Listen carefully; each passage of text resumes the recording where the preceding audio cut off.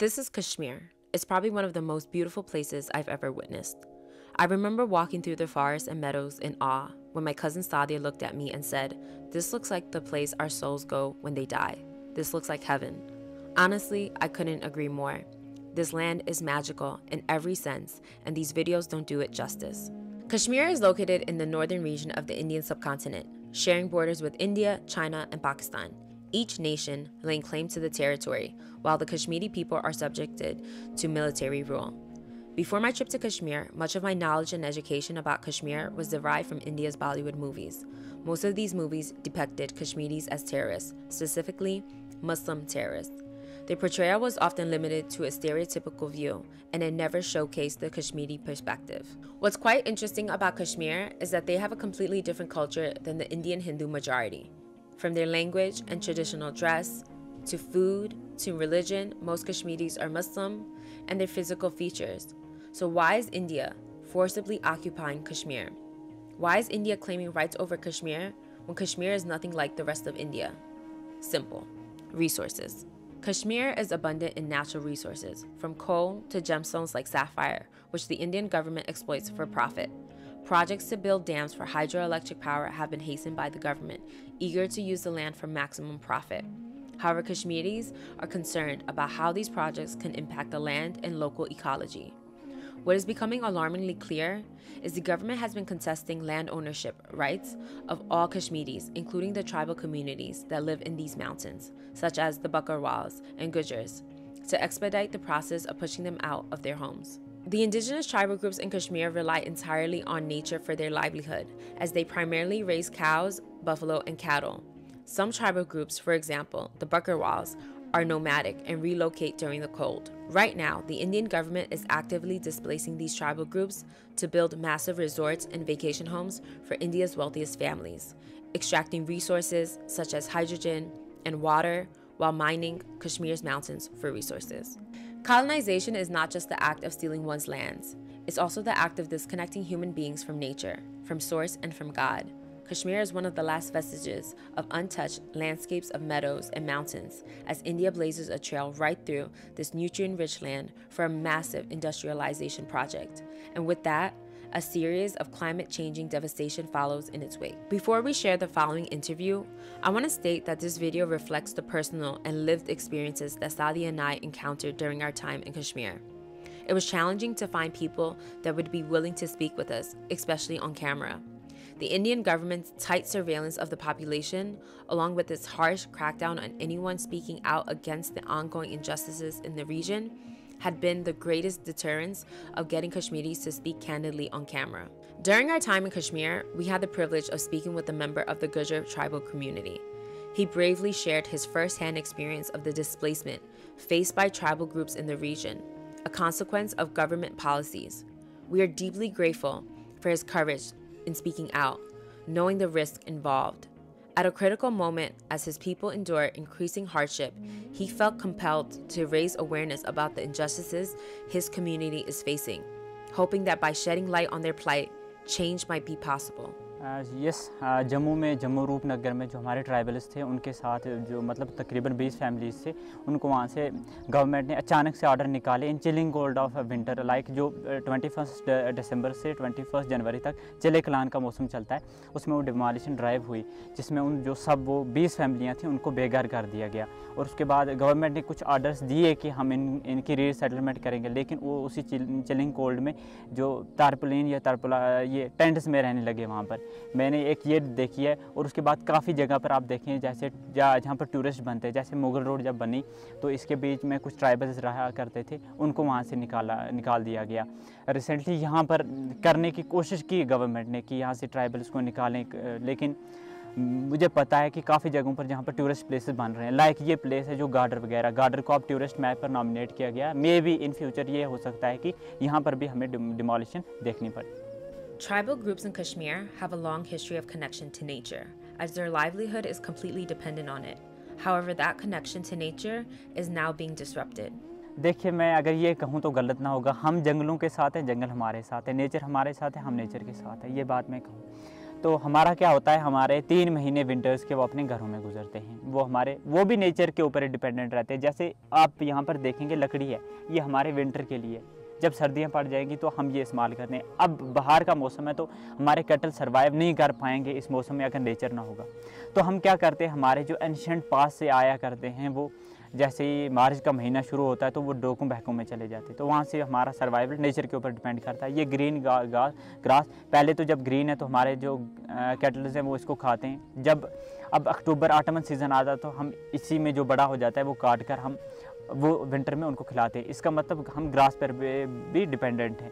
दूसरी बात, अगर लकड़ी नहीं होगी, क्योंकि बाकी जगहों पर आप देखें गैसेस हैं, हीटर्स हैं, हर जगह पर इलेक्ट्रिफिकेशन हो चुकी है, लेकिन हम अभी भी स्टिल सर्वाइव करते हैं लकड़ी पे, जो लकड़ी नेचर से ही हमें मिलती है। लेकिन अब ऐसा होता है कि फॉरेस्ट डिपार्टमेंट ने क्या किया, जितनी भी लकड़ी थी उसको ले जाना शुरू कर दिया बाज़ारों में। वहाँ से 800 रुपये पर 1 फीट हमें मिलता है। तो जो लकड़ी वाला सिस्टम था वो हमारा ऑलरेडी ख़त्म कर दिया। तो हमारी वजह से नेचर आबाद है और हम नेचर की वजह से आबाद। The tribal communities in Kashmir are the stewards of this land, and their forced displacement will set off a chain reaction. The construction of resorts, hotels, and mega vacation homes will lead to pollution, which will cause the glaciers that surround this land to melt. As glaciers begin to melt, this will lead to rising sea levels, which will predominantly affect people living in the south, such as Bangladesh, South India, and South Pakistan. Hundreds of millions of people will have to migrate north because of their land being underwater. Mass migration will become a global issue because of climate change. देखिए, ये एक major issue है कि जो globalisation हुई या जो मतलब ग्लोबलाइजेशन के असरात हुए, जैसे इंडस्ट्रीज डेवलप हुई, उसके बाद टूरिज़्म को प्रमोट किया गया। इसकी वजह से क्या हुआ कि हमारे जंगलों पर बड़ा असर पड़ गया और हम इससे फ़िक्रमंद हैं, क्योंकि हम डिपेंडेंट हैं फॉरेस्ट्स पे।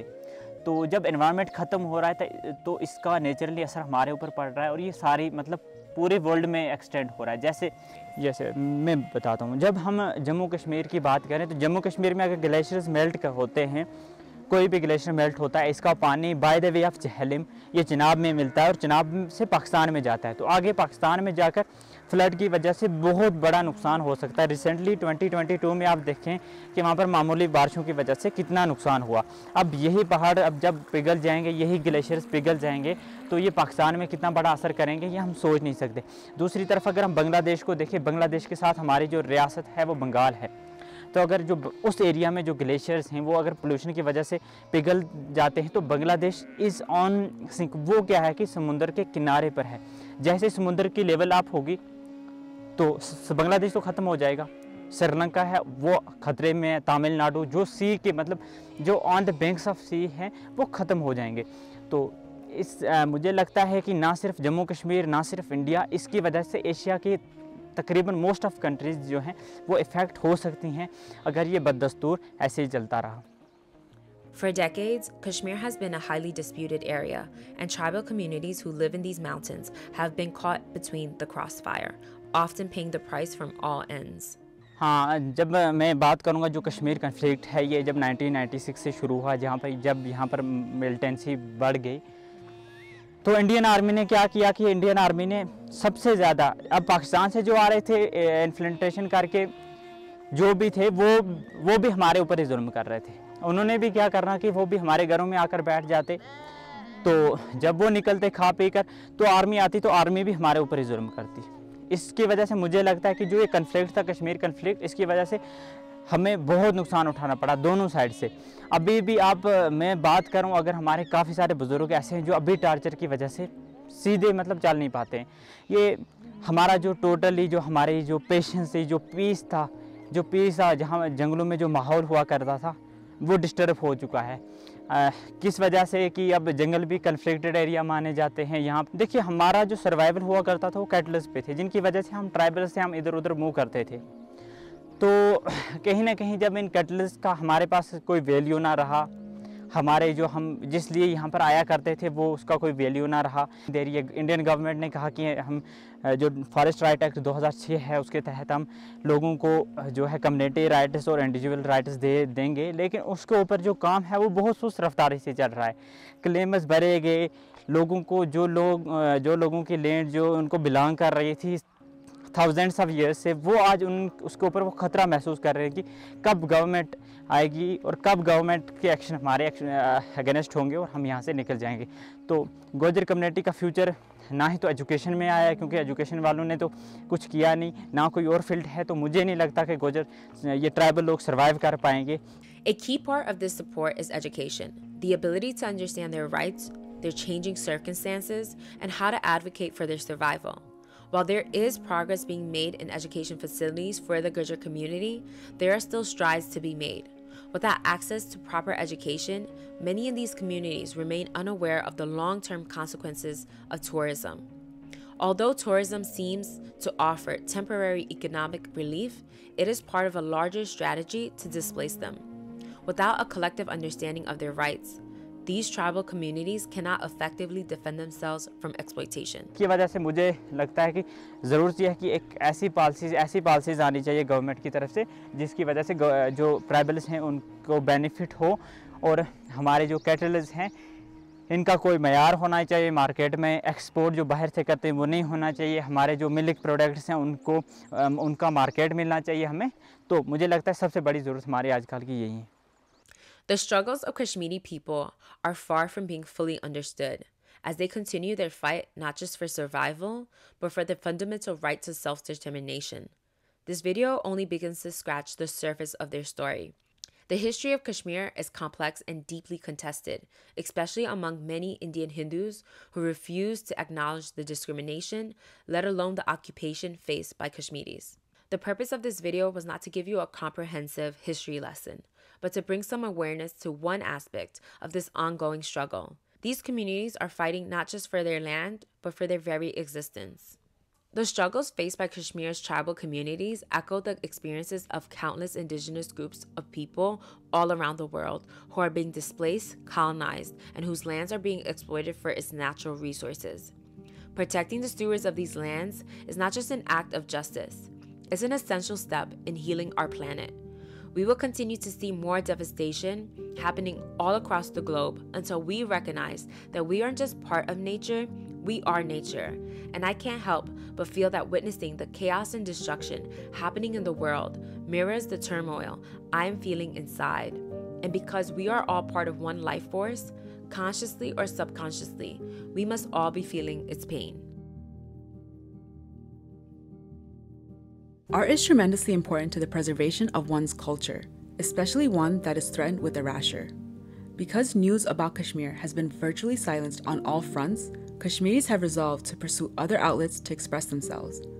How else can one convey the gravity of their connections to this world? The essence of connecting with our roots and with nature itself is paramount to living in harmony with life. The past and present are intertwined, connected by an unbreakable thread that molds us into who we are.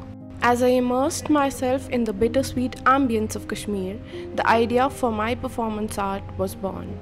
Through my work, I aim to convey the sorrowful mourning of the lost landscapes of Kashmir, portraying the eco-grief that plagues humanity. I strive to capture the heart-wrenching immediacy of the trauma caused by deforestation. Clad in a black cloth that symbolizes the tree's grief, I united in our shared mourning. The white cloth underfoot embodies a beacon of hope for peace. As I hold a wire fire pot, the coal within turns into white chalk, a pregnant representation of coal fire that transmutes into a volcanic freezing lava. As an artist, I'm deeply connected with the natural world and the vital role it plays in sustaining life on this planet. It is with great sorrow that I witness the rapid deforestation taking place in Kashmir, a place I call home. As someone who has found solace and calm in these forests, this loss hits especially hard. The performance is an ode to the profound connection I feel with the natural world and a call to action to protect it for future generations. Horan and Omar are two Kashmiri artists that have chosen to show what nature means to Kashmiri heritage and how it is not just connected. They are fully grown through and from each other. When I think about the erasure of a group of people, I always visualize an actual eraser that wipes away the past while a pen rewrites an artificial history, boasting its successes to replace what it had cruelly stolen.